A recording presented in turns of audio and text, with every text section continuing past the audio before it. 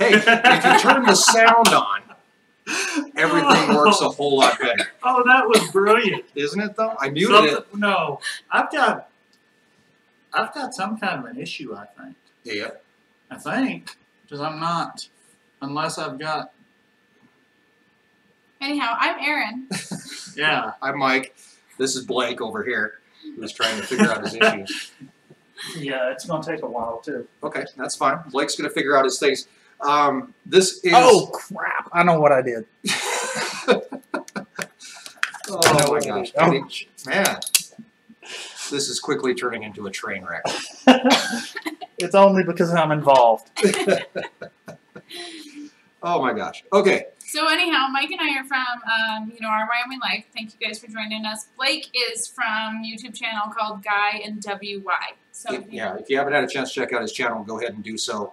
Lots of good stuff on there. If you're into tractors, apparently not any technical type issues. No, that you know.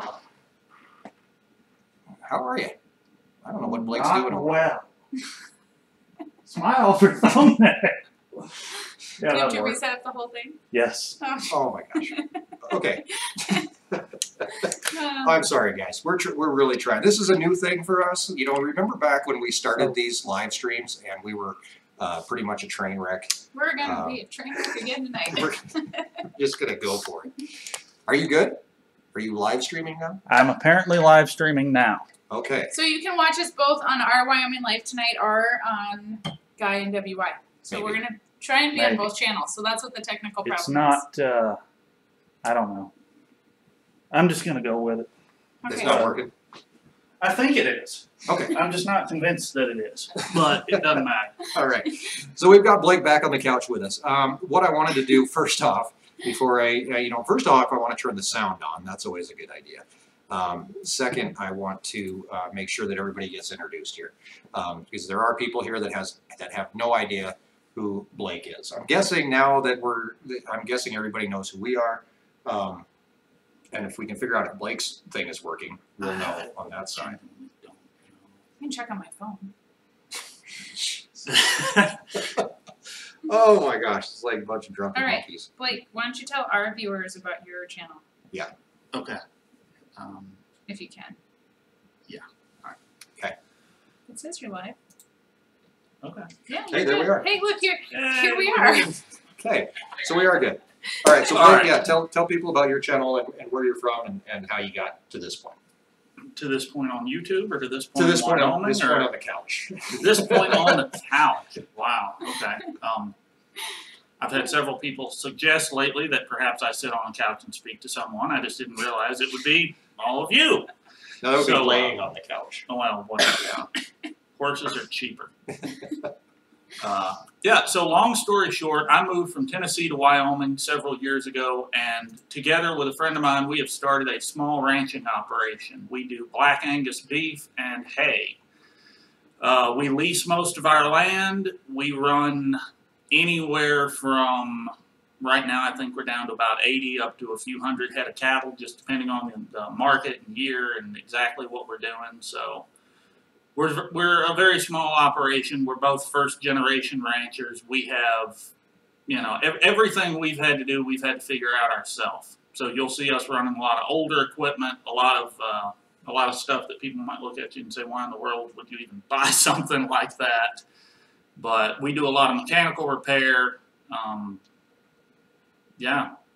What am I missing, Mike? What you do?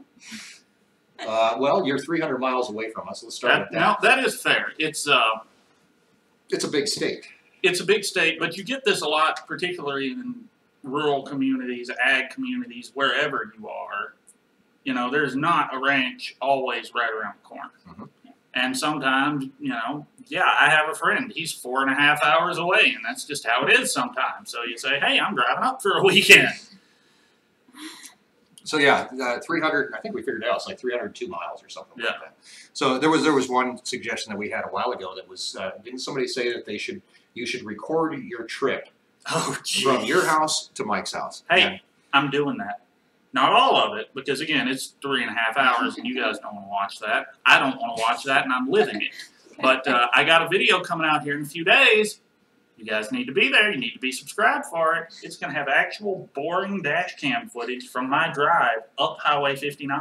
Oh, that is the most boring drive in the world. We've all taken that drive. Super wet. It's a rough one. It is the coal miner 500. That's Exactly. Yeah, exactly. Let's jump in. Let's take a couple questions. Do you want to explain who we are? Oh yeah, because we are on Blake's channel, so we can Oh, talk hey, that's about who we important. are. I mean, I've Your talked about chat you is quite not a working bit. at all. No, that's not working. I don't know why I have no chat. Can you follow? Well, I don't know now. Somebody said Erin is the looks and the brains behind the operation. I'm not going to argue that point at all. Not at all. And somebody else asked what you were making for dinner, but we're going to get into that because that's how we conned Blake into coming up.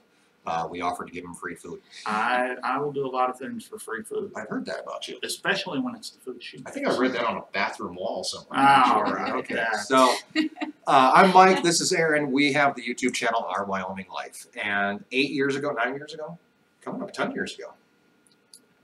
Yeah. Yeah. 10 next fall. We got married in 2008. We both worked in radio.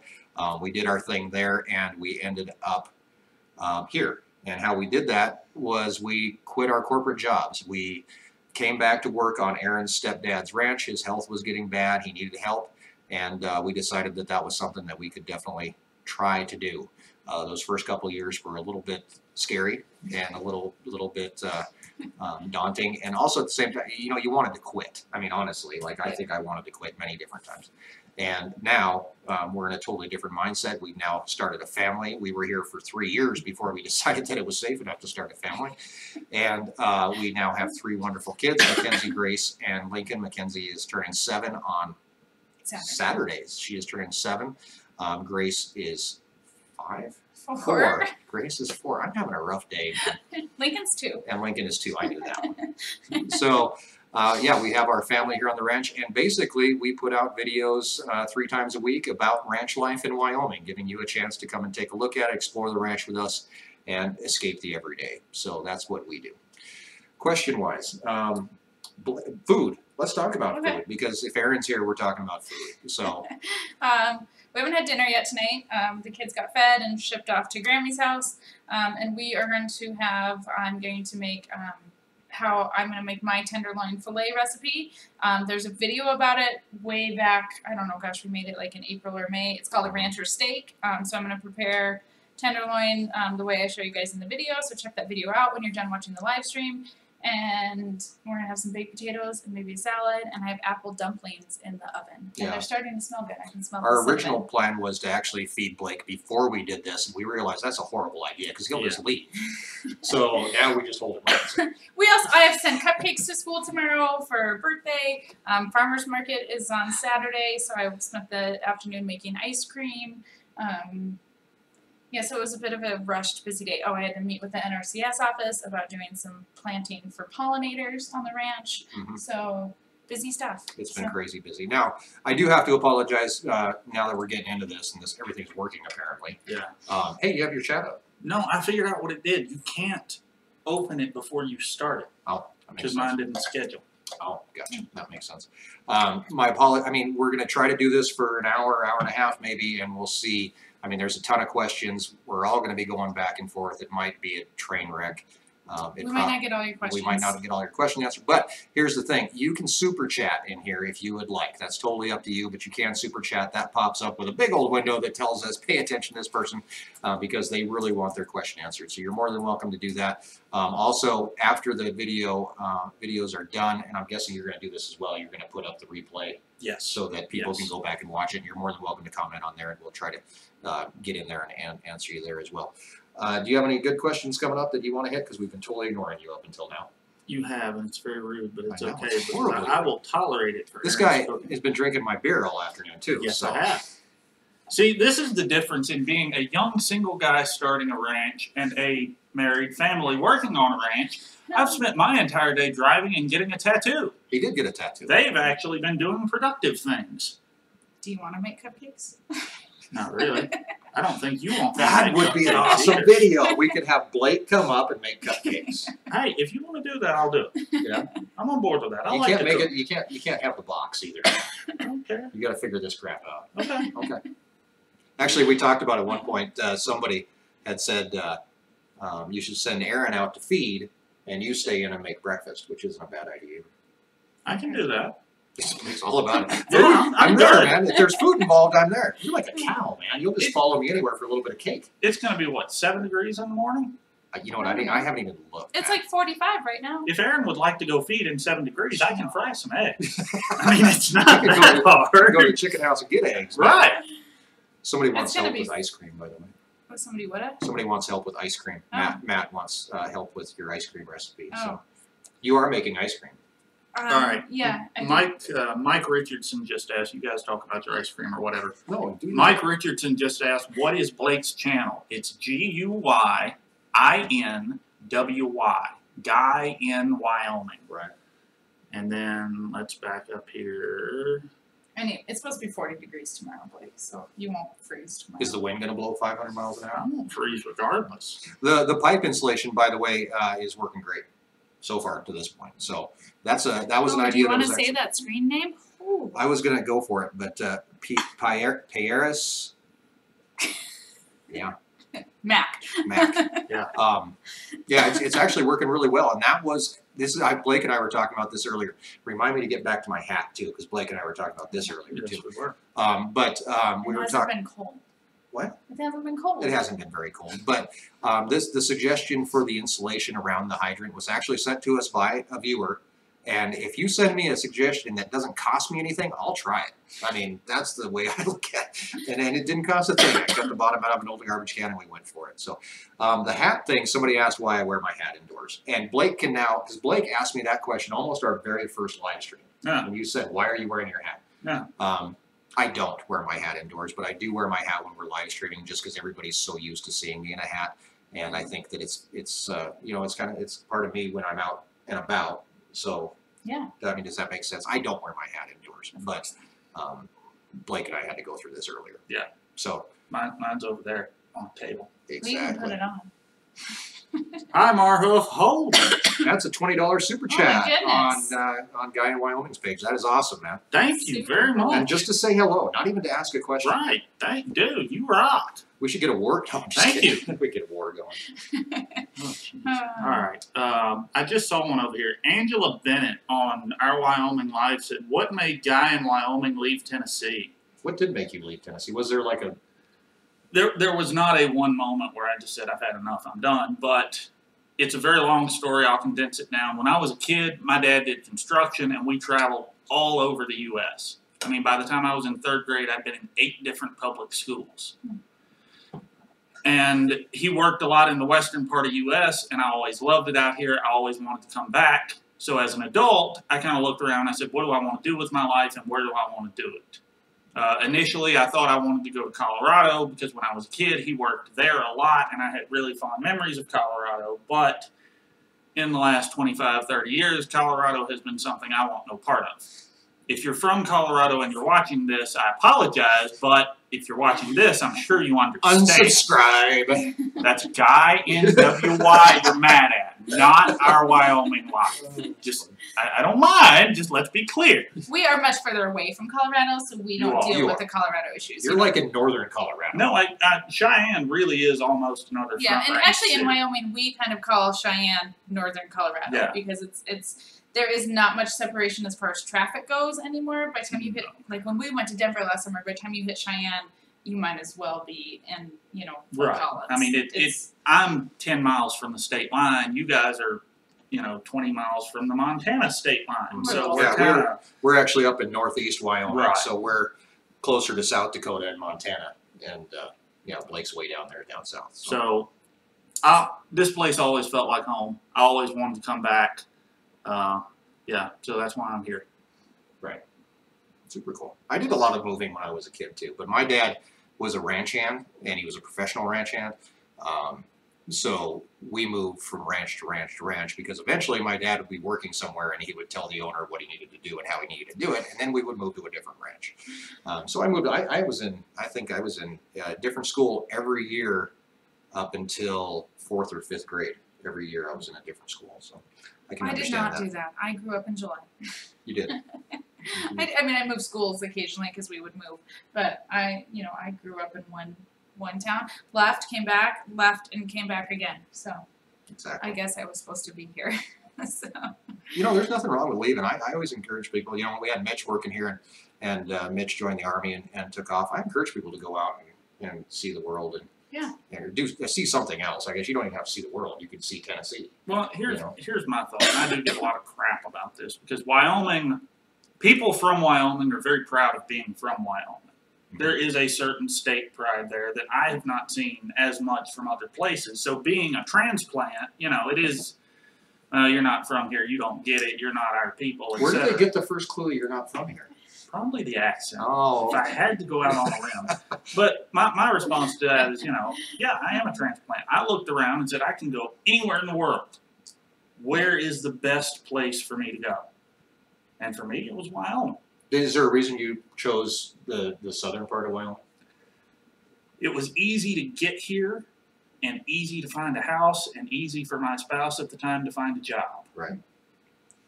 And those that don't know, because you have talked about this on your channel, Blake is actually recently divorced. Mm-hmm. So, which is another reason that he's out grubbing for meals. 'Cause Erin cooks. a guy's got to eat. Again, Erin's cooking. Yeah, I'll drive 4 hours for that. I think people would drive farther than that. they One of would. Erin's huge dreams is to actually open a small restaurant, and so as soon as I win the lottery, that will totally happen. Yeah. And, So- open, and be able to source things for the restaurant from the ranch, Yeah. right? That's kind of your plan. Yeah, I would love to, if I could ever, if we could dream big and I could have the restaurant that I would love to have, it would be here on the ranch and it would be sourced from the ranch. And, in my mind, it would have a very small menu based on, seasonality and what's available. But if you came in and had a BLT, like that tomato would be picked that morning and the lettuce would have been harvested that morning and, the bacon would have been raised right here. So you never know, maybe something will happen someday. Exactly. We'll see. So Blake, what do you have coming up on your channel? And I'm going to take a look at some questions while you're talking about Okay. this. Okay. Tomorrow morning, I've got a video coming out fixing the 6410. It's saying some damage to the door back during hay season. I had to get that repaired. Within the next few days, when I get home, I have to install block heaters in the 6410 and the TS115. A lot of you guys made the point on my John Deere Won't Start video. You said, why don't you just plug it in? Well, block heaters on tractors and air intake grid heaters, which is what was used on that 6410, are options. If you lived in a colder climate, your dealer probably ordered that tractor brand new from the factory with those options installed. Our 6410, for those of you that don't know, we bought from Texas about 3 months ago. And being sold new in Texas, they didn't order any kind of cold weather equipment because it never gets that cold down there. It's been cold in Texas this winter. No, that, It I has shouldn't been say cold it never in does, but since we have it here now, I do have to start adding some cold weather stuff to it because we are going to run it this winter on our new bell processor for feeding the cattle. So that's coming up in the next couple of days. That's awesome. What do you do? What do we have coming up? We actually on Sunday will be our 1-year anniversary. On Monday. On Monday. Okay, we'll call it Sunday because Sunday is when we put out our video, right? So we'll call it Sunday. I just like to, crush your hopes and dreams and stuff. So, yeah, Monday is technically 1 year since we put out our first video called Feeding the Cows. So we are actually going to kind of recreate that video. The first one we put out was about 4 minutes long, about feeding the cows. It went little tiny bit viral, and baby viral. Baby viral. And so we're gonna kind of try to redo that whole experience and getting out and feeding the cows and talking about how much the cows eat and why they eat this and maybe put a little bit more information in there. That is going to be Sunday's video. Yeah. So I think it'll be cool to see the two videos, not that you have to go back and watch the old one, but feel free to.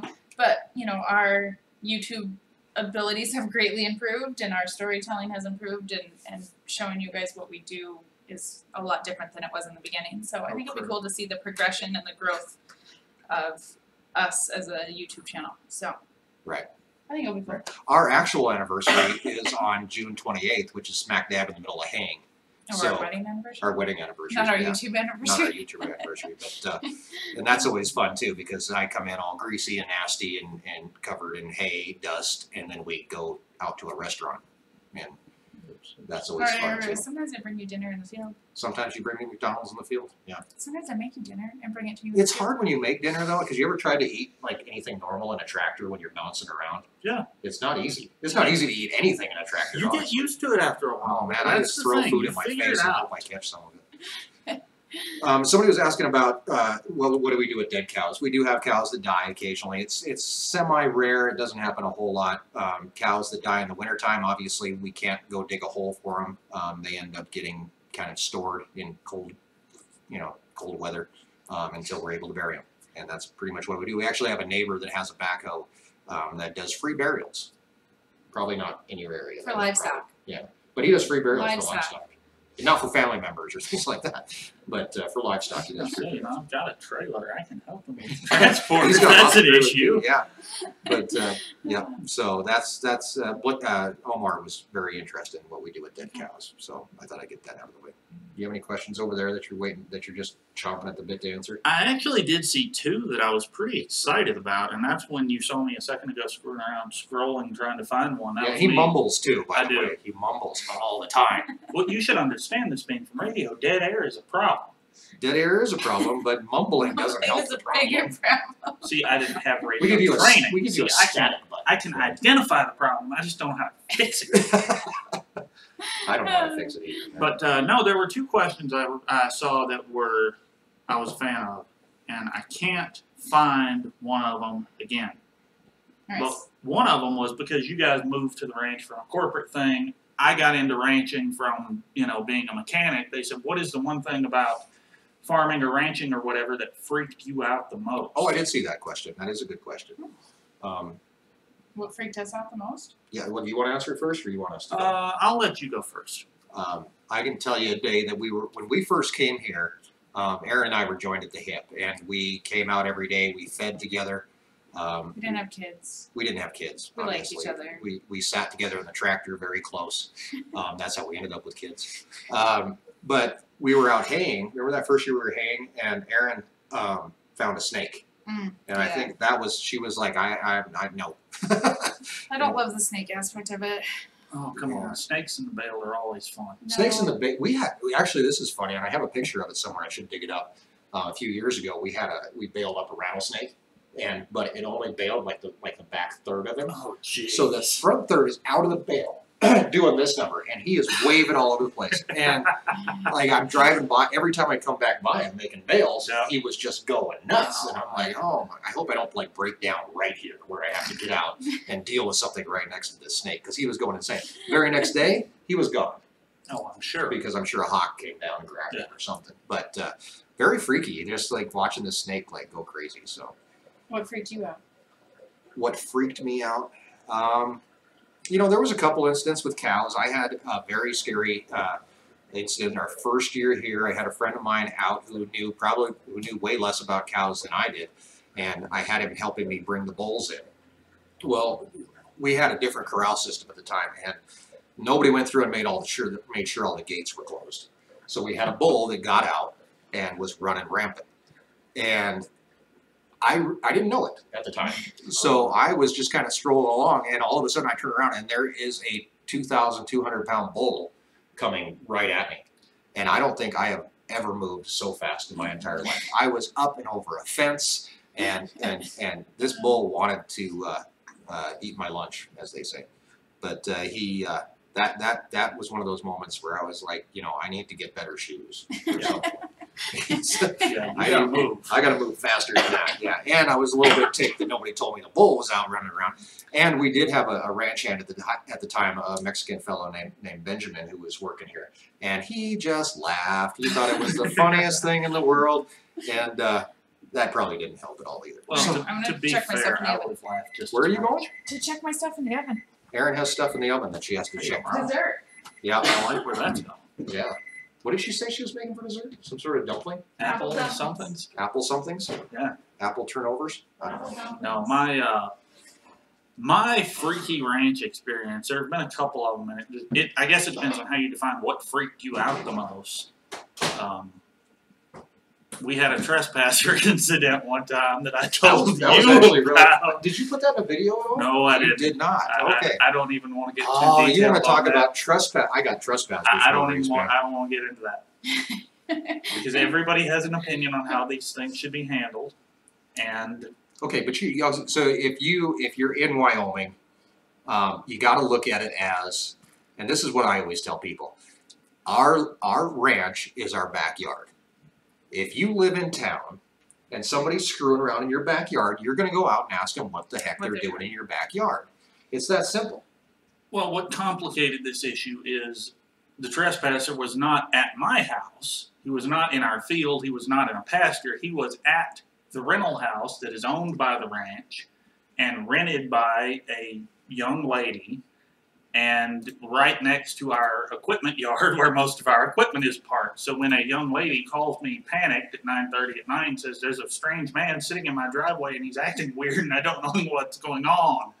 But I think anybody would react to that. If somebody called me from town and said Yeah. that was happening, a friend of mine, I would go do the same thing. Yeah. So you can So- continue your story. Because it makes sense. But I think most people will get it. as far as freaking out would be very similar to your story. We had taken our cows over, and at the time we didn't have our own bull. So what we would do is we would take our cows over to a neighboring ranch. We would pay that rancher a stud fee, a bull fee, and we would turn our cows loose in the field with his bull. And they would do what they do, and we would end up with calves. Well, we had gone over there to load out. We were picking the cows up, and we had one, 152. And You she never would- forget their number. Oh no. The rancher that we were paying for the bull where we were picking up, he is the greatest guy on the face of the earth. His name is Ron. He's in his 70s. He's ranched his whole life, but he's getting on in age. He has had some medical stuff. He doesn't get around like he used to. And he and I were in one of the corrals fixing a board when old 152 decided that we needed to be on the other side of that board. The only reason that cow survived that incident is because I was so focused on getting out of her way, I forgot I was holding a hammer. If I had remembered I had the hammer in my hand, I would have cracked her skull. Remember when John used to come out and help us and he would wear his gun? He'd bring a pistol. We had a friend of ours that would come out and help us every once in a while. He would wear a pistol. Well, he wears a pistol everywhere. Well, he does, but he was concerned about having to shoot a cow that was trying to. I had a horse I went through that with, believe it or not.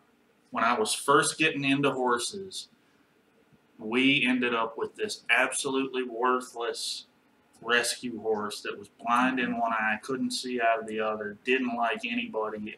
I can't figure out for the life of me how was I so stupid to let this thing come into my world? But it got to the point my spouse at the time would not go deal with this animal, and I would not deal with this animal without carrying a handgun because I truly expected to turn around and see her on top of me. Wow. Erin had an experience like that too. We got to get to some questions here eventually, but Erin had an experience. We were, again, in the beginning of this whole thing before we had kids, we were calving and we were going out to tag a calf. And if you've ever done that, I mean, moms are very protective. And Erin had gotten out, and I don't know if you were going to tag it or if I were going to tag it. I was going to tag it. But this cow, came at Erin and it was going to take her out. And she's coming, head down and charging straight at me, and you screamed at that cow. I screamed like a little girl because I got scared. Remember this, Blake, because if a cow is charging you and you scream at it like a little girl, that's not going to help. No, this cow stopped on a dime. What? And just looked at her like, what was that? It scared the cow. Really? I don't know if it was just Erin's pitch. She stopped. She stopped on a dime and just looked at Erin and turned around and basically walked away. We just both backed away from each other. Nicely done. Yeah.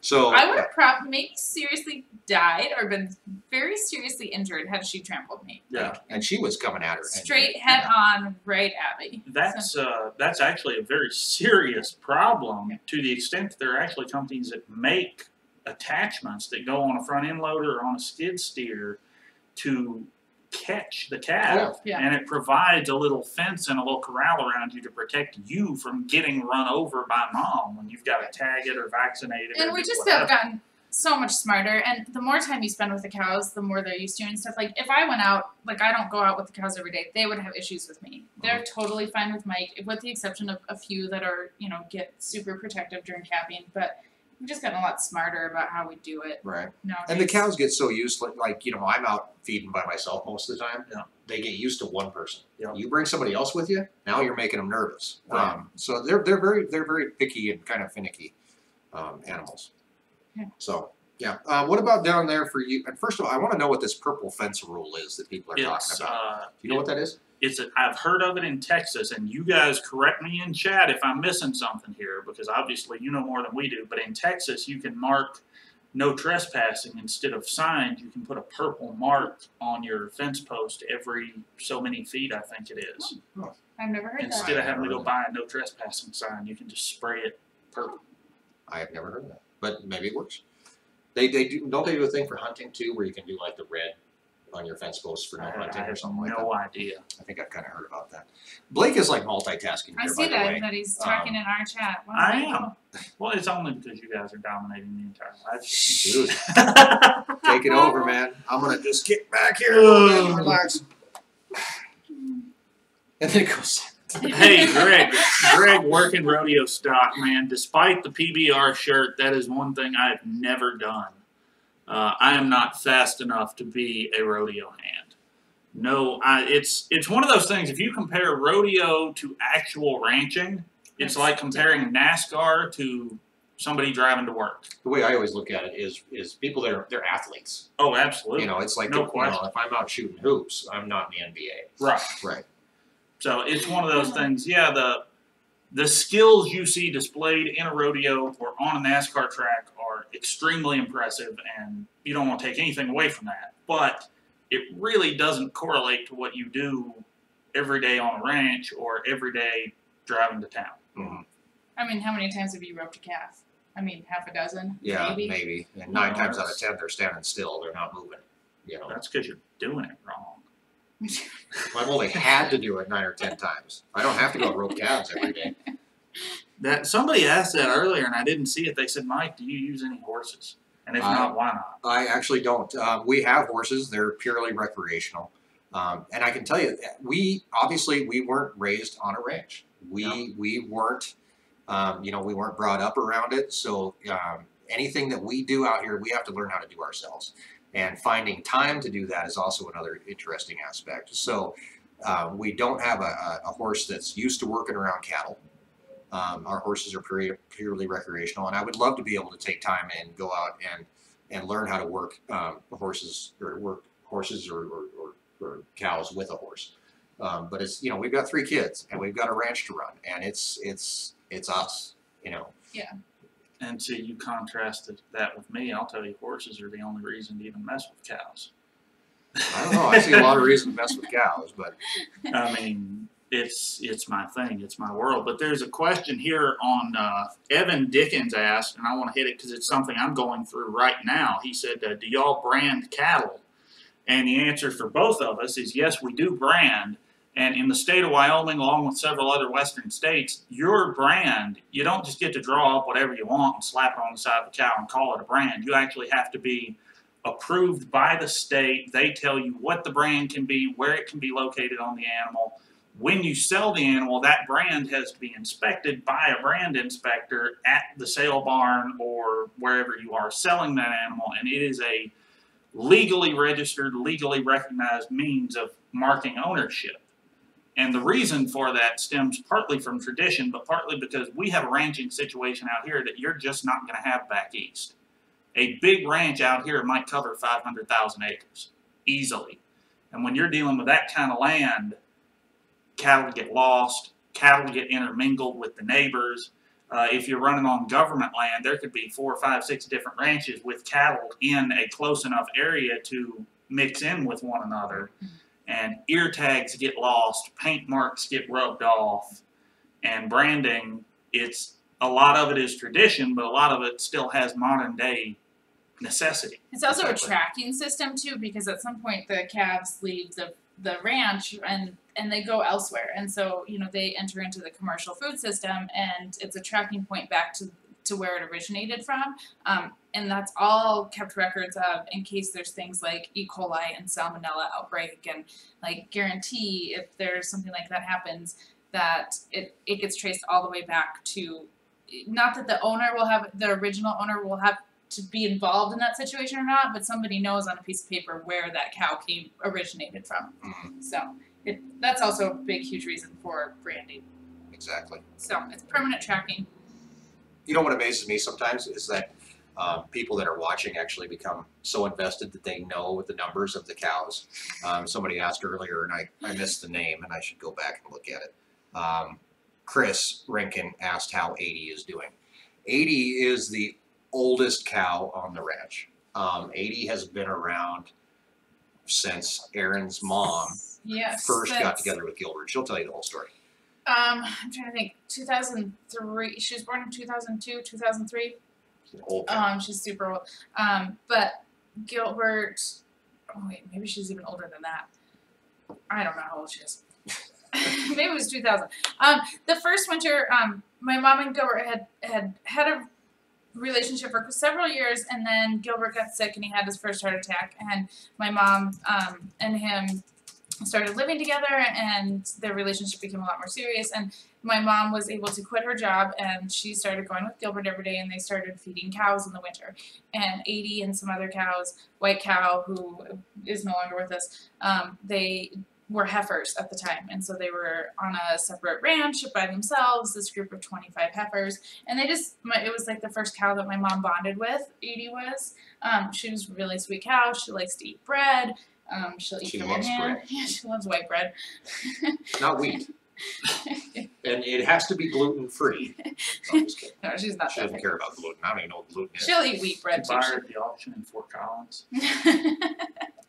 So, she's, she was born on the ranch, raised on the ranch, and just my mom just really bonded with her. And so, she's still here. She's very old. My mom she just has a hard time dealing with that situation. So, she's being pampered and taken care of, and She's the very, very pampered cow. yeah, she's not pregnant because that's, hard and stressful. And She was actually Gunther's mom. And hey, by the way, I'm wearing a Gunther shirt. I should get you one of these, Blake.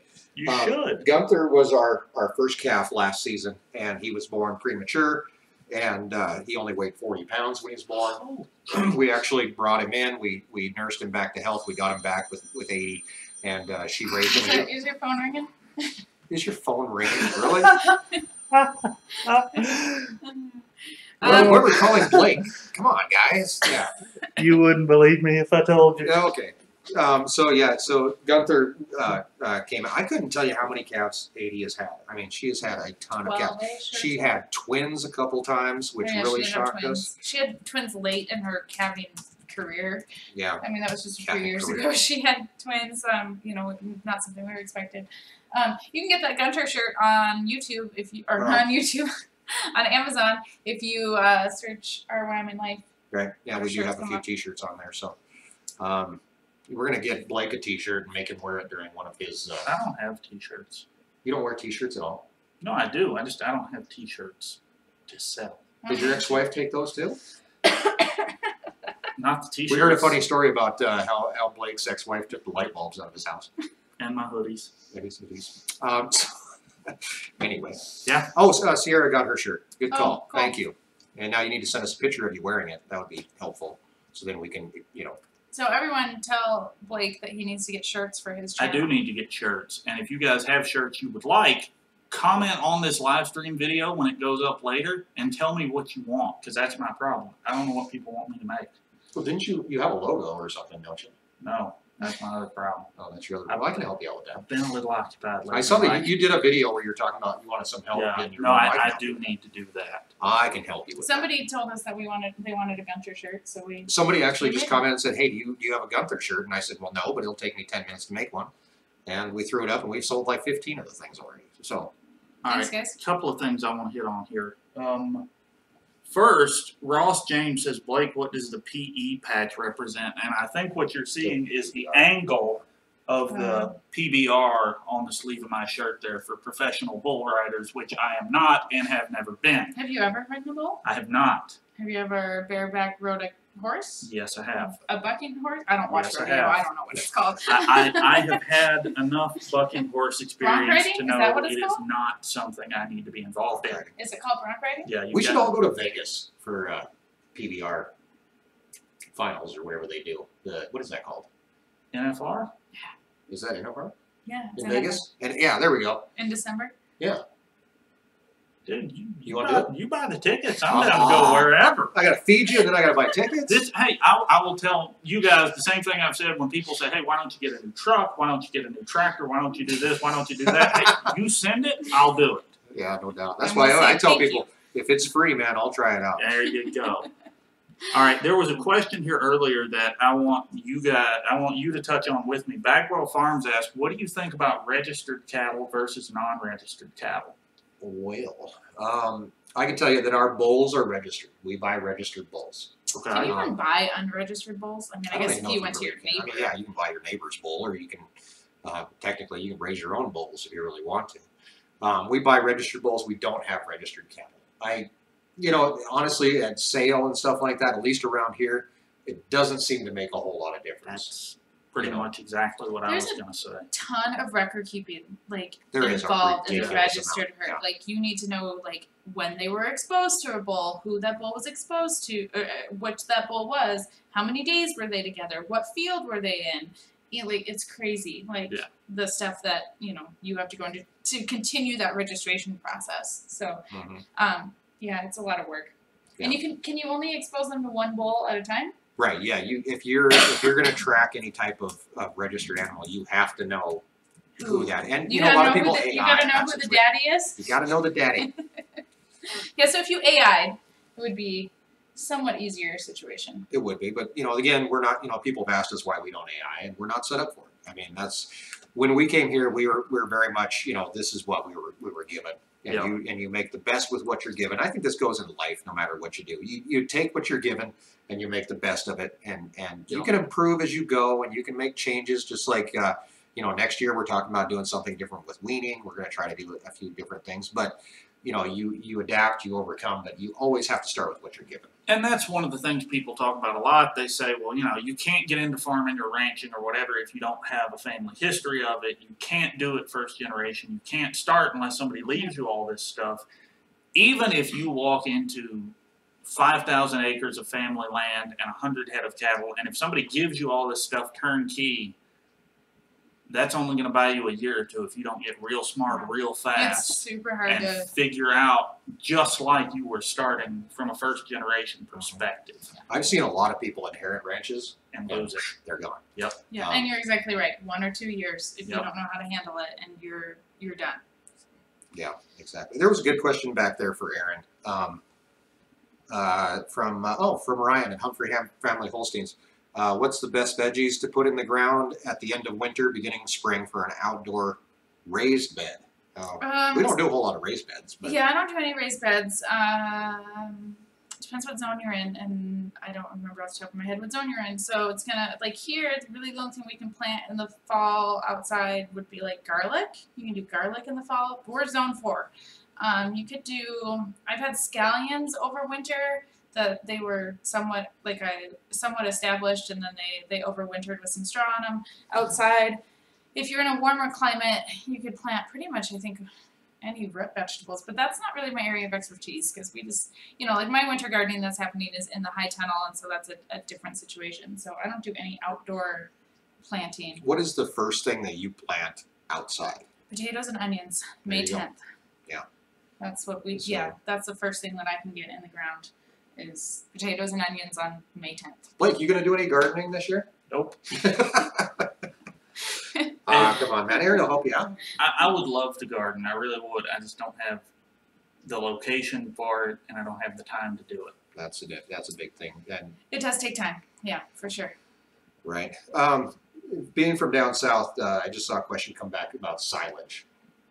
Now, is that something that you have any experience with? I've never messed with it. It's funny because it's one of those things that I hear quite a bit about silage. And basically, silage is when you're fermenting hay in a sense. I mean, you're not really fermenting it, but you're putting it up. It's wet, and it's Yeah, see, we don't really know. yeah. I mean, see, it's one of those things. So like someone wants to teach us about nobody silage. here does silage. I mean, I rarely ever see it here in this area. Yeah. You know, you see the hay out there that looks like little marshmallows.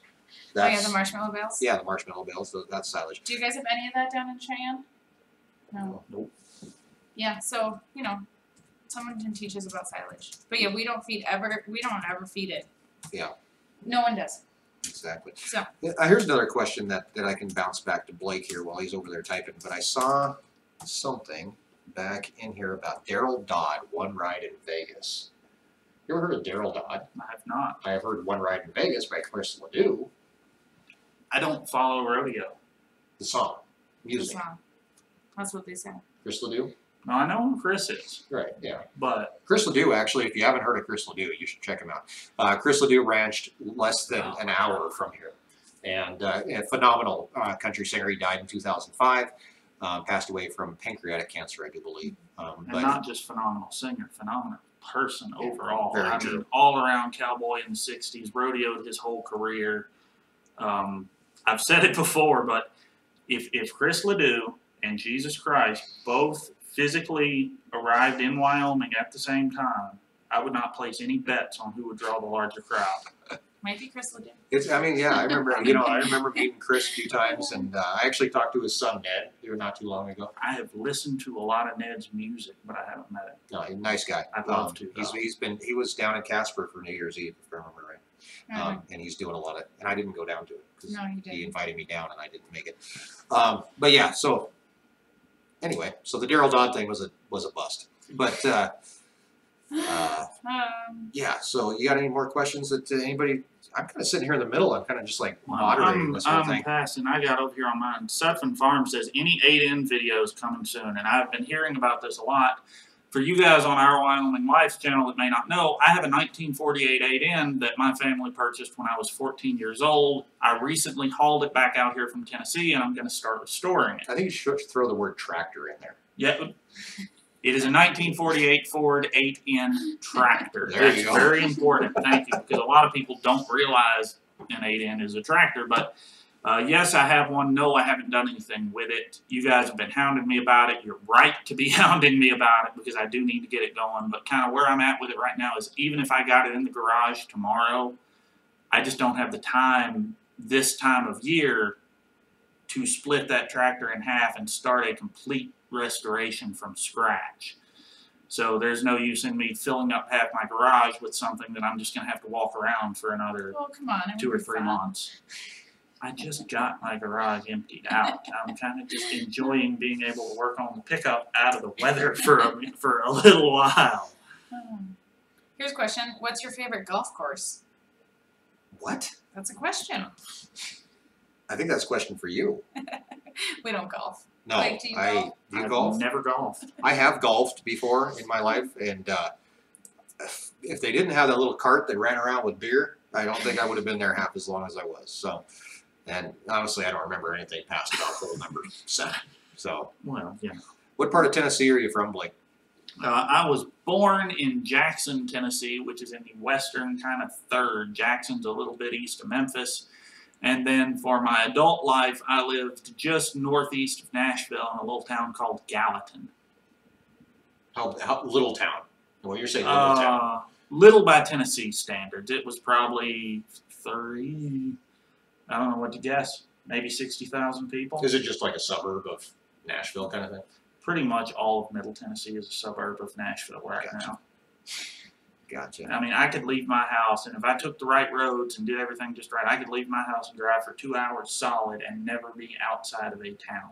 Now, when did you move here to Wyoming? What year was that? April 15th, 2005. Tax day. Yeah, tax day. Well, not only tax day, but that was a Friday, and the Thursday before, there was a huge crash on I-80, like a 100-car pileup. It made national What year was news. 2015. Okay, I think I might actually remember that. Yeah. Pile up, yeah. And everybody I knew had to call me that night and say, "Hey, were you involved? Are you dead?" And then the very next day, because there's 14, 15 inches of snow on the ground. Here I am out here from Tennessee. I've never seen more than like that much snow as an adult, and everything shut down. I'm driving out to my new house, breaking trail. I mean, it's a paved road. It's a state highway. It's a 70-mile-an-hour road with that much snow. And here I am with this massive horse trailer and this truck trying to get out there, thinking, "What in the world have I done?" Was the snow an issue for you when you were out here for your first winter? Was that something that was like just totally alien to you? Yeah. The snow, I love it. I've gotten used to it. That was my big fear coming out here is everybody says, "Oh, the winters in Wyoming are brutal. They're miserable. You're going to hate life." Well, the winters here are brutal. They are miserable. And no sane person could possibly enjoy them. But it's my favorite time of year. I lived in North Dakota for 3 winters. It can be worse. Yeah, Erin did live, in North Dakota. It can definitely be worse.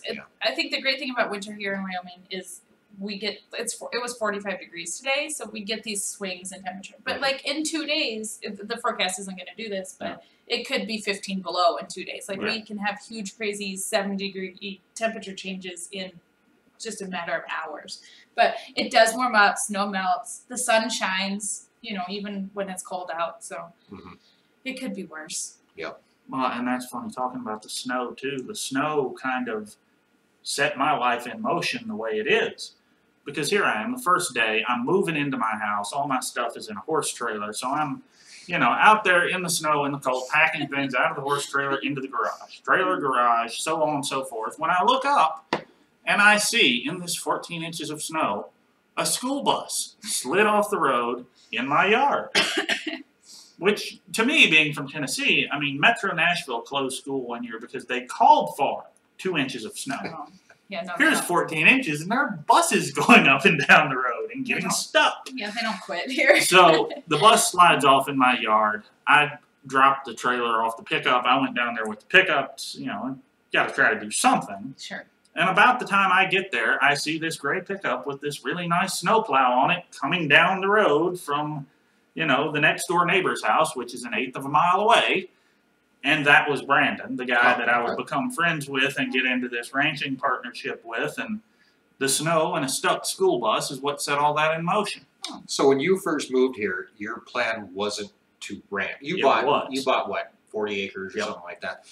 And so you were going to ranch on that 40 acres? No. This is a shock to everybody in the eastern part of the country, but out here 40 acres is not going to do squat for you for a ranch. You can have a horse. Well, no, that's where I'm at. I have 40 acres.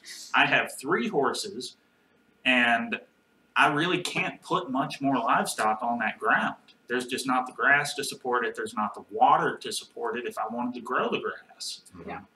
So I moved out here with the intention of ranching full time. That's why I wanted to come back.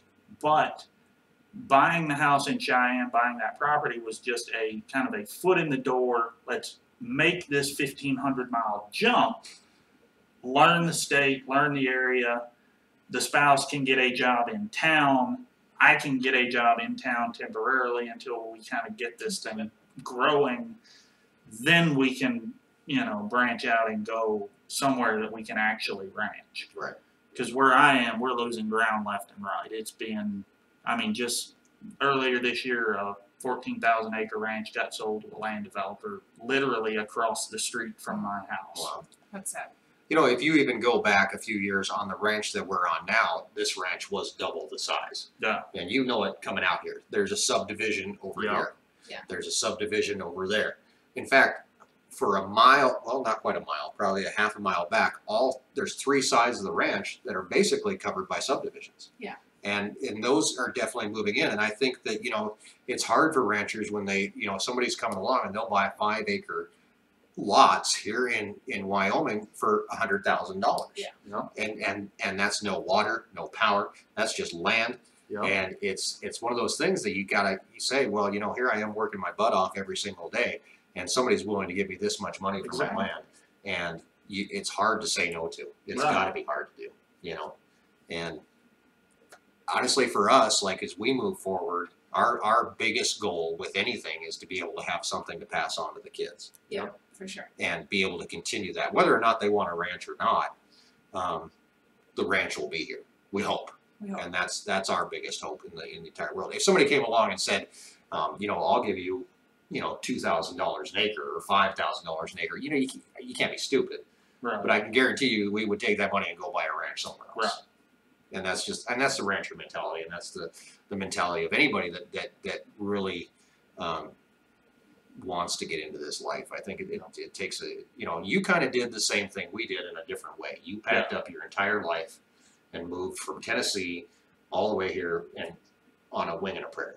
Pretty much. Right. And we did kind of the same thing. A horse trailer.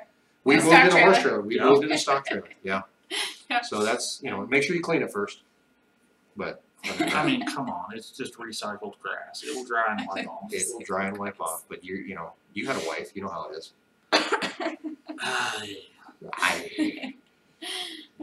I move stuff, I get a scratch that long on the dresser, it's the end of the world. There's screaming, there's crying, there's yelling. She drives the Penske truck out here, the TV's busted, the gator's up against the wall. Oh, oops. Yeah, that's no big deal. So when it comes down to land, somebody was asking earlier about how much land that we have. We have over 5,000 acres here on this ranch that we run. Blake actually runs an almost completely different type of operation Very when you much look so. at it, because we have a self-contained ranch. We, Right. We don't have BLM land.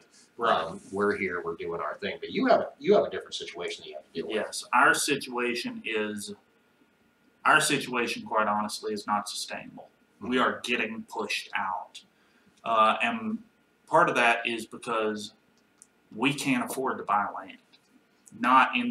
We can't find land in the amount we need where we are. And when you can find it, you're competing with developers that come in and can pay millions upon millions of dollars for thousands of acres. And there's no ranch I've ever seen that has the ability to do that. No.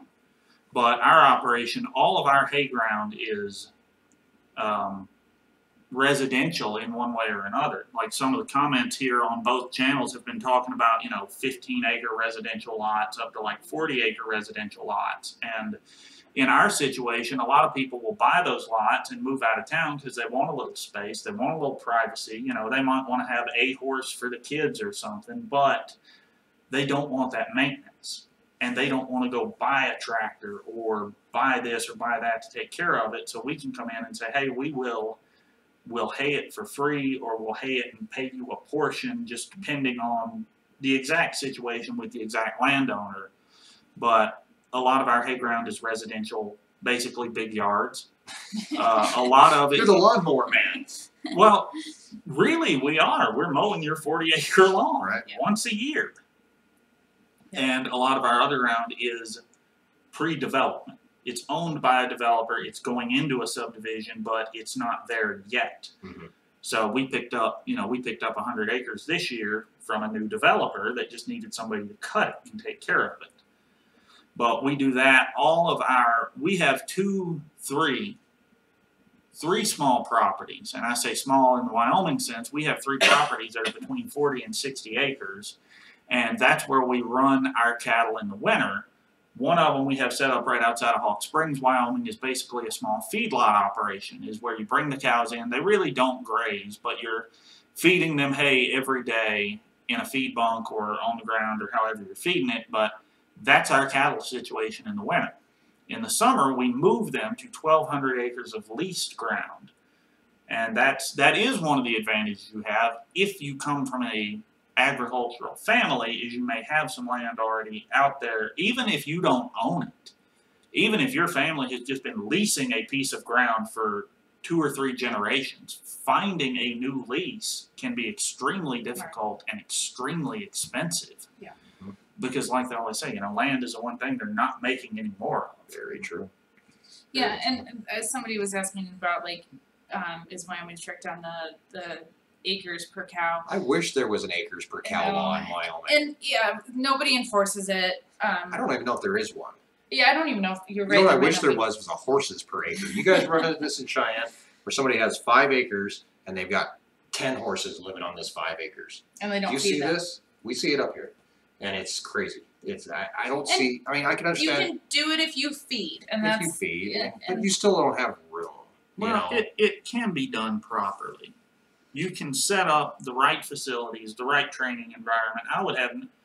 I could take my property, and if it was structured correctly with the right facilities, I wouldn't have any problem, putting 10 horses on 5 acres. Mhm. Yeah. And on that 5 acres, I'd also have a barn. I'd also have a round pen. I'd have some corral. It wouldn't just be an open 5 acres. But I have seen the situation you're talking about. I've seen it here. I've seen it in Tennessee. Yeah.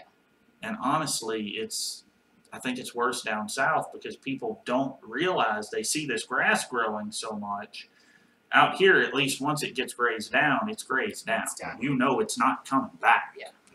And Matt, a really quick answer to your question, Matt, who's in Chicago, I've talked to him quite a bit.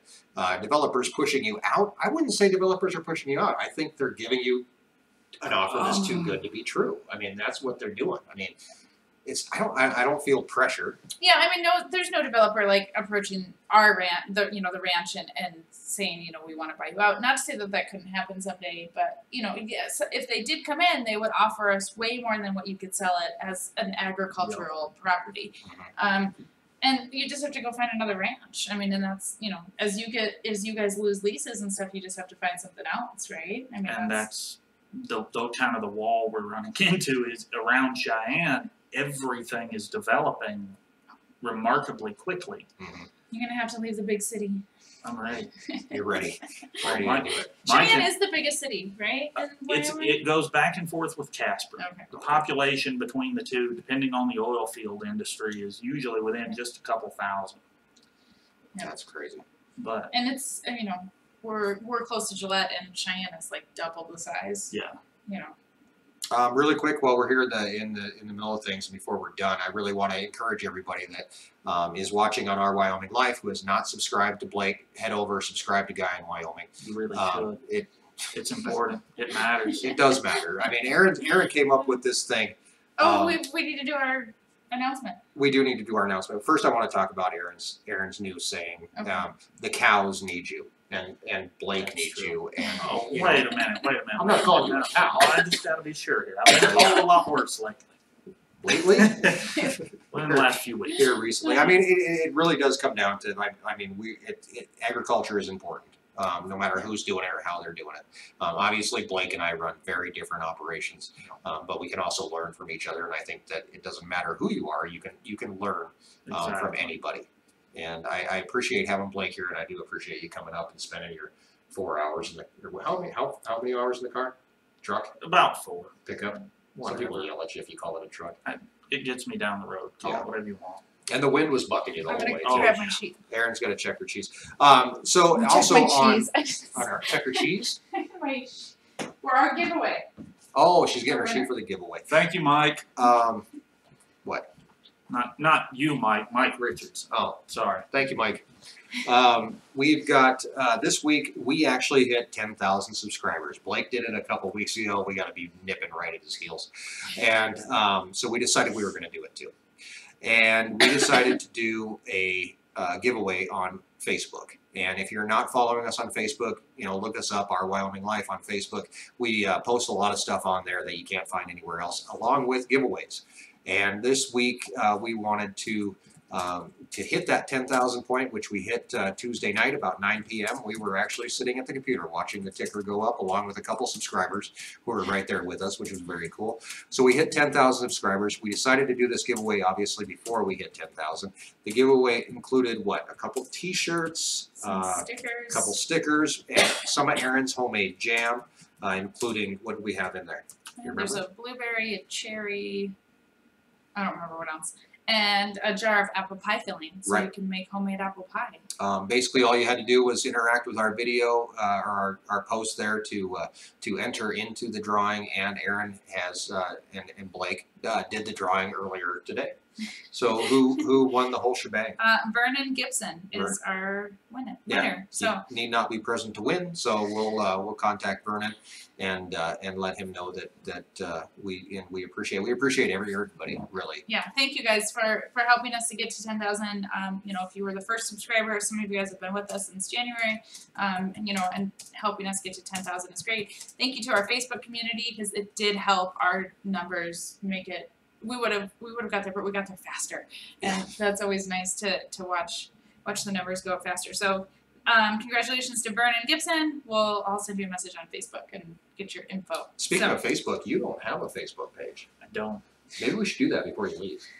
We probably should. Yeah, Erin can help you with that. I don't Facebook. You do have Instagram though, right? I do have Instagram. And it's Guy in Wyoming. Guy in WY, just like YouTube. And that's kind of what I was explaining. I was filming a video while I was driving up here today that you haven't seen yet, that you'll see in the near future. But is that really safe? No, it actually is. I've got. I mean, come on. I personally know there's at least like 4 cops watching on our channel. Just. Oh, anyway, I'm sorry. Go ahead. He does it safely. He has a mount for. No, his phone. I do, and I will put a picture of this on Instagram now to prove this to everyone. Now that I've been called out on it and made aware of law enforcement. You know, the only reason we say this is because we do care about you. I know, and I don't want to get that that phone call. No, Come get me out of a ditch. Can you drive your tractor 75 miles down the highway? I got some really awesome video though, man. Yeah, it's cool. Oh, you're gonna love this. No, I do have a GoPro mount attached to the dash that the camera firmly affixes itself into. There's no messing with it. It's all set up squarely. But YouTube, you guys get to see what I'm doing. Instagram, you guys see it while it's happening because it's a whole lot easier for me to snap a picture or a short couple of 30, 40-second video and throw it on Instagram. And Patreon, for the ones of you that follow me on Patreon over at patreon.com/GuyNWY, you guys get to see the why of what I'm doing. For example, YouTube, I told you guys, I'm going to Gillette. You Instagram followers, you saw me get to Gillette and you saw the tattoo parlor where I was. And you Patreon viewers, you guys are going to be the one that get to see the actual work I had done at the tattoo parlor today. So that's kind of how this thing, that's how I'm trying to structure it. We'll see what happens. Yeah, I mean, here's the thing: if you don't do it, you'll never find out if it works. Exactly. So, very big thing. Humphrey Family Holsteins has just subscribed to Blake, and they said, "Yay! Thank sorry you. it's taken so long." We also have Instagram too. Better late than never. Yeah, we're on Instagram at our Wyoming Life. Yeah, you can. And Facebook, both. So, and we have a Twitter too, but we never use it. We do have a Twitter, don't we? You know what's funny is YouTube has. Do you have a Twitter? Because YouTube has like that automatic tie into Twitter thing. So every Twitter's time, not super cool in Wyoming. Like we just said, I don't think Twitter really caught on in Wyoming. yeah. Well, to be fair, in Wyoming, it is extremely rare to find anyone that is active on YouTube Yeah. at the same time. There are a few There are a few. YouTubers, and somebody did ask us earlier who are our favorite YouTube people, and I've had this question pop up quite a few times. Is there anybody that you religiously watch on YouTube? You and Erin. God, you're good, man. he Besides us, wants that steak. Man, give me the food. It's kind of the same. Yeah, I mean, it's funny once you get in, once you really bury yourself into making these videos, it's hard to go. Erin watches more YouTube than I do, and she'll call me and she'll say, "Hey, just watch this, and you should check it out." But you know, when you're buried into it, it is hard to get yourself out of your own little world. I like to watch makeup videos on Mike's YouTube account too, so it shows up Oh, in yeah. suggested. Yeah, I had. What did I have pop up the other day? Britney Spears popped up in my suggested. I was like, "What is How this?" did she pull that one off? She pranks me all the time. She goes and watches weird stuff, and then it pops up, and she watches it on my account. Do you watch anything else besides us though? When I have time. What And that's else do you watch? That's the other thing is time. But as far as other stuff I'll watch One Lonely Farmer. Right. But I think most people watch his videos. Travis over at The Rest of the Story. Ryan at How Farms Work. Again, you know, as I have time, these are kind of the ones that catch my attention. Speaking of How Farms Work, people have asked if we would ever consider going to their farm day. It's popped up 3 or 4 times. I mean, we talked about this earlier. We did. We were sitting in the shop. had this We were conversation. talking about this, and it's one of those things. Like, you know, it would be cool to go and check out, but you know, When is it? I don't even know what it is. It's honestly. in June. No, we're Yeah. busy in June. Sometime in June. Yeah. But So, I mean, there's always a possibility. Who knows? Maybe Yeah. we'll talk to Ryan and see what's. Maybe we can carpool. well, that's the thing. You said carpool. I mean, you're talking. It's in Wisconsin. Right. That's It's a ways. I've heard there's roads that go there though. They You travel. won't start with me now, really. They do have these things. Yeah. Well, my point is though, it's a good 8-hour drive, At 10-hour least. drive. At least, yeah, for sure. It'd be a So way. It's hard, and you it's, got to double that. You're talking 2 or 3 days in the car Mhm. and a day there. With him, no, not saying anything. Just Axe body spray is not deodorant. I happen to think I'm fine. I'm just playing with you. But yeah, in the law, I mean, do you have any more questions that you want to hit before we There get? actually have been a few. We can run a little bit long since we have 3. Aaron and I do an hour. Mhm. Blake does an hour by himself most of the time, so we can run a little bit long. Oopsie. I've said that a lot tonight. Somebody asked about if we're not able to feed our cows, who does Yep, it? that's what I just caught. Yeah, That's and, where I was going. we never leave the ranch except for during the summer when they're on pasture. That's the reality. Yeah. yeah, I mean, they the need neighbors fed. would help out. They would if we What asked would you them to. guys do, Blake, if you and Brandon were both gone? They wouldn't get fed. You don't You have need to anybody make you can friends with call. their neighbors, man. How does it? I mean, that's another thing. Like up here, when we came here, we didn't know our neighbors. We had to go out and actually actively try to befriend our neighbors. If it came right down to it, as long as the cows are at the feedlot for the winter, yes, there are people we could call in the area, but none of them know the equipment, none of them know the system. We could get them fed if we had to, but it's not as easy as just picking up the phone or ranching in general. You don't get to call in sick. You don't. No, I mean, gosh, Mike, I think there was only he literally, even when he's been Puking sick. he Literally has fed sick. the cows. There was one time. June 23rd, No, I think. Farm Day. Oh, that's when June. Oh. Okay. I think you were sick one time, and we had a load of hay coming from South Dakota, and I had to go unload the hay. Oh, this is a bad story. Oh, But this he is a wasn't great like flu story. sick. He was brown bottle flu sick. I was but, horrible sick. I was it's- hungover. But that's been the only time that you have not been able That to is go the to work. only day that we've been here in 10 years that I have not been out to feed the cows. Well, I don't even think we had to feed the cows. It was just that hay was being delivered. Because True. I didn't feed the cows. It was You're just right. that hay was being delivered and it needed to be unloaded. So I went and unloaded the semi. Yeah. Which I did it. She did, and she unloaded a semi all by herself. The bad part, and we've talked about this in the past, and some people have been interested, is Erin's family makes this stuff called burnt sugar. And if anybody has ever heard of this, erase it from your memory banks because it is evil, pure evil. It's Everclear. It's Everclear and water and sugar. Yeah. And And there's some here, Blake, if you want to try some. No. Oh, Erin does have some. No. It is sweet and yummy and makes the worst hangover that it's going to last for 3 days in your life.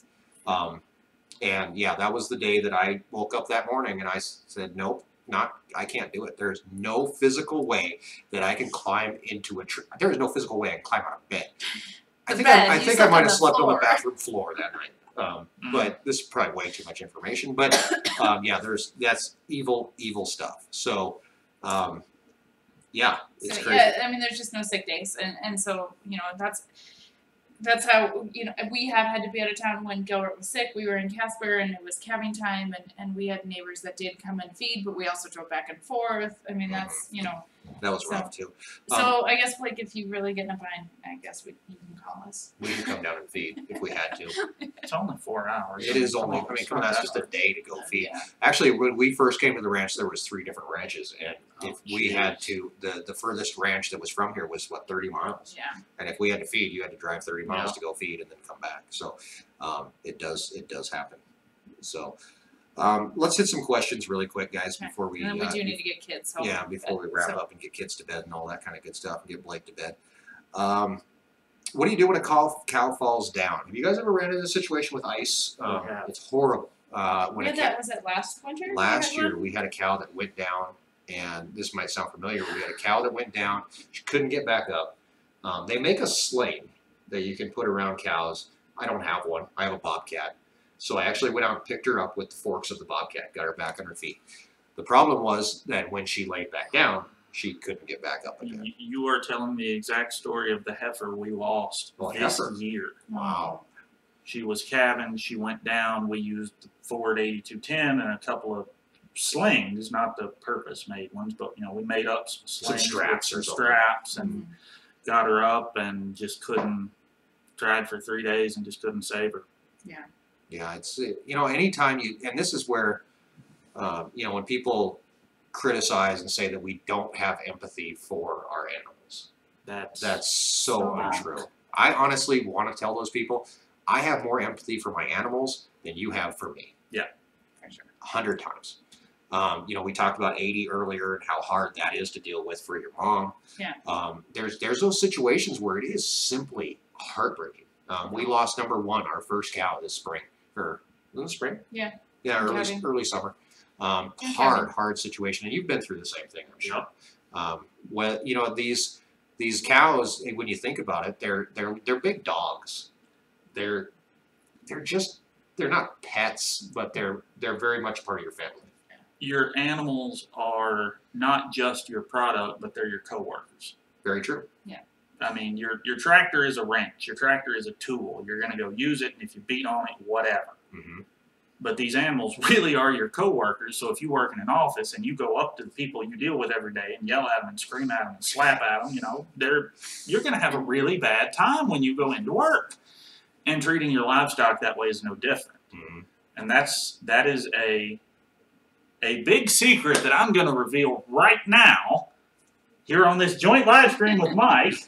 Erin's here. Mike and Erin. I will not forget Erin. Trust me. Yell I'll at not forget Erin. He's not going to yell at Erin. But talking about your animals being your coworkers, and I'm not willing to put my employees, my coworkers, my friends, the people I care about, through anything that I'm not willing to endure myself.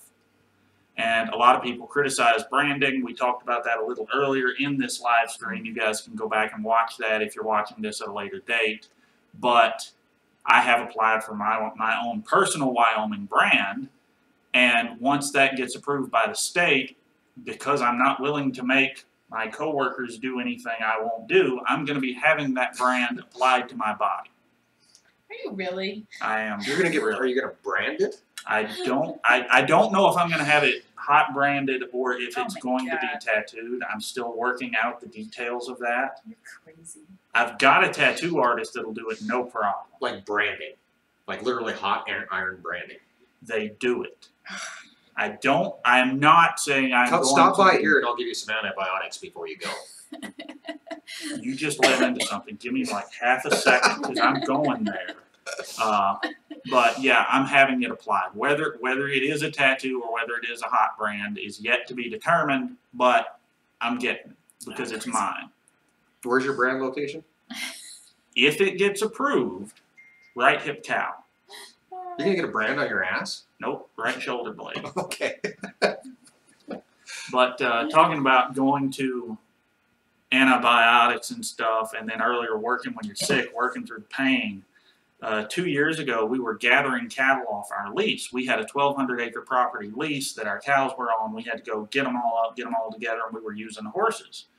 And the horse I was riding at the time was still fairly green, not used to water crossing. And for you guys that don't know much about horses, anything that looks different on the ground, whether it's water or ice or a creek or even just shade for some horses, they get nervous about and they get upset about. So we crossed water that morning. He did great. We crossed maybe 3 feet wide, a couple of feet deep, no big deal. And I'm feeling good, you know, I'm confident. Well, we're riding the rest of the day. We get the cows gathered. We're pushing them back up to the corrals by a different area, a different method. And we got to cross a wider spot that's about 30 feet wide, but only about a foot deep. We got maybe 15 feet in when old Pank decided that was just too much. I stayed with him for the first 2 jumps, but when he twisted back around to go back the way he came, we kind of parted ways in midair. That'll happen. I ended up tearing a 4-inch gash down the front of my right shin. But it's one of those, we're 3 miles from the pickup. And even when we get to the pickup, we're 40 miles from town. I can feel this being very bad, and I know it's very bad, so I'm going to completely ignore it and pretend it's not there and get back on the horse and get finished with what we're doing, and I'll just deal with it then. So, we get them all pushed up to the corrals. We go to the pickup. I unroll it and unwrap everything, and it's as bad as you're all imagining it is. It was, yeah, should have gone to the hospital, didn't, because what do I do? In my infinite wisdom, and I have things to get done, and we're doctoring cows with this antibiotic known as LA-200. So I'm going to take the gun and dial it down as low as it will go, and close my eyes and bite my lip and look the other way, and Brandon is going to dunk. Did you use a new needle? Yes, we did use a new needle, and then we used an entire bottle of iodine, and then half a roll of those blue paper towel shop rags, boatload of those, and some electrical tape. Well, you didn't. You Good still enough. have both legs. So So, yeah, you didn't I lose a made leg.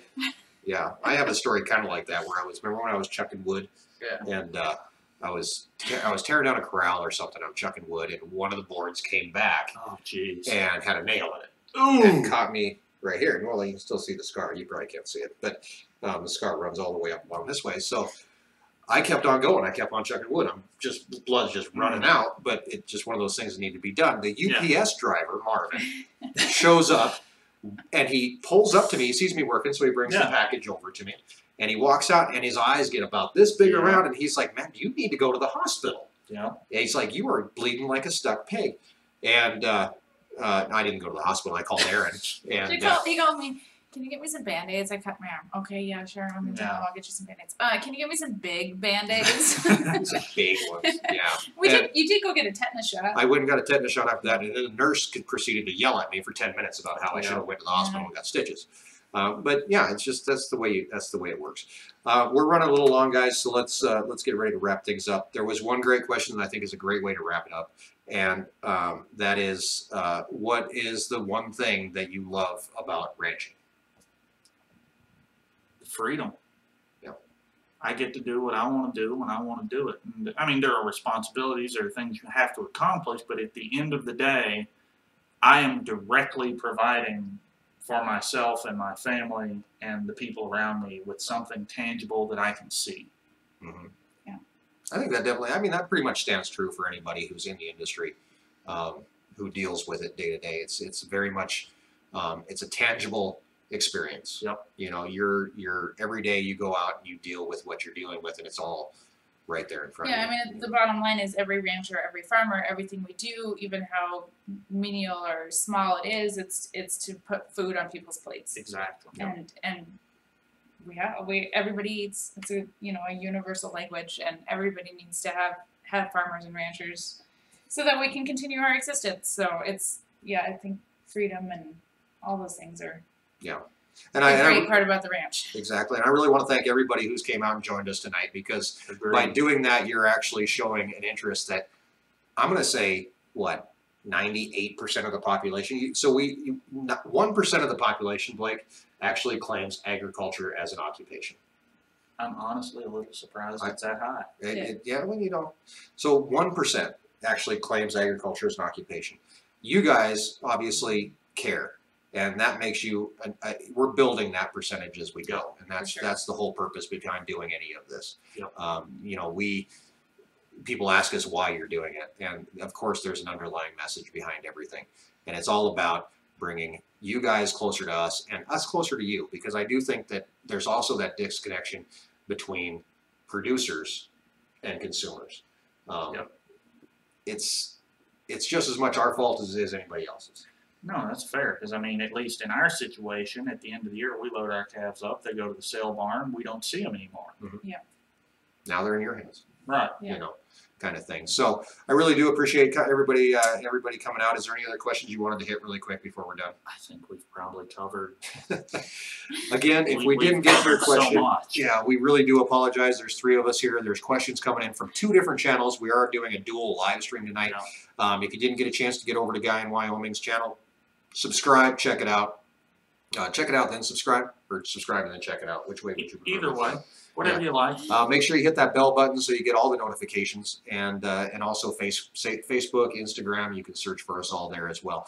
I really want to thank our moderators for coming out tonight. That is a huge help. Absolutely. I noticed that Bob was over, Nash guy was over on your side doing your things. He is. And I've got Ron on my side. Job. I didn't know that he was a moderator on your channel. So Yes. it's very good. And Thanks, guys. and just for you guys, so you know, we didn't orchestrate any of that.